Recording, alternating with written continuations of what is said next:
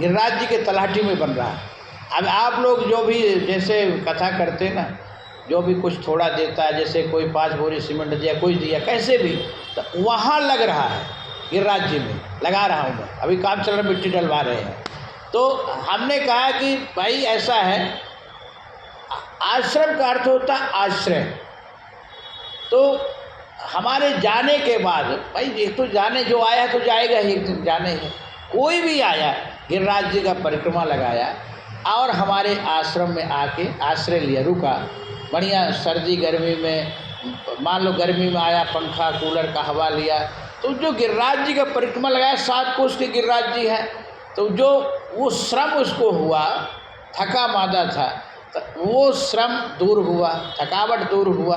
तो जो आप लोगों ने इसे दान दिया, कोई इतना बोल महाराज जी हमारा ये दान वहाँ लग गया, इतना लग गया, तो वो उससे पुण्य आप लोगों को आ गया, क्योंकि आप लोगों के जरिए से बना है। तो जो जो दान किया है, तो वो दान वो पुण्य उनके पास पहुँच जाएगा। परिक्रमा तो लगाया, लेकिन उसको तो मिलेगा, लेकिन कुछ आधांश आप लोगों को भी मिल जाएगा। आप लोग परिक्रमा करने आओगे, नहीं परिक्रमा कर सकते तो गिरिराज जी का दर्शन तो कर सकते हैं। गिरिराज जी के दर्शन का ये प्रभाव है कि जो गंधमादन पर्वत का परिक्रमा लगाए, जो अनेक धर्म कर्म पुण्य करे, तीर्थ का प्रभाव जो है, जब तब का जो प्रभाव है, वो गिरिराज के दर्शन का फल मिलता है। बताओ, ये गर्ग संहिता में गंधमादन यात्रायाम यद फलम लभते नरः तस्माद कोटि गुणम पुण्यम गिरिराजस्य दर्शने। ये गिरिराज जी के दर्शन का प्रभाव। और परिक्रमा का क्या, परिक्रमा के लिए कहते हैं कि यदि आप परिक्रमा लगाए नहीं, लेकिन परिक्रमा का मन बना लिए कि हम परिक्रमा लगाएंगे, तो पाप जो है छटपटाने लगता है, अब कहाँ मैं जाऊँगा, अब कहाँ जाऊँगा। परिक्रमा लगा लिए तब तो हो गया। तो यही कहा गया। देखो परिक्रमा का बड़ा प्रभाव है।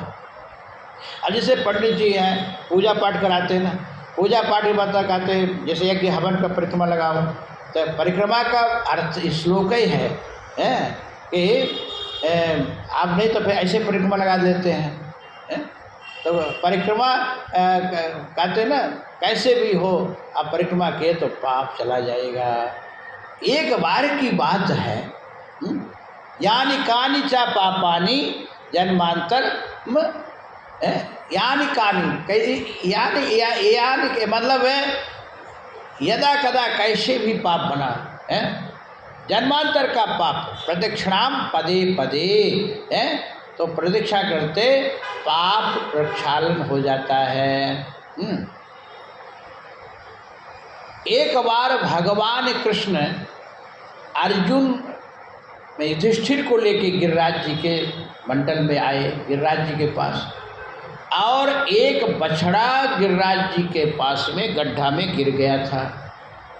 तो भगवान युधिष्ठिर को कहे, युधिष्ठिर तुमने राजसूय यज्ञ किया है, तो ये उसके प्रभाव से, राजसूय यज्ञ के पुण्य से इस बछड़ा को गड्ढा से निकाल दो। युधिष्ठिर कहे अवश्य। अब युधिष्ठिर बछड़ा को निकालना चाहे, लेकिन बछड़ा गड्ढा से नहीं निकाल पाए। तब एक घुराले केश में श्याम वर्ण का बालक आया और कहा ये क्या निकालेंगे, इनको तो राजसूय यज्ञ का अभिमान है, मैं निकालता हूँ।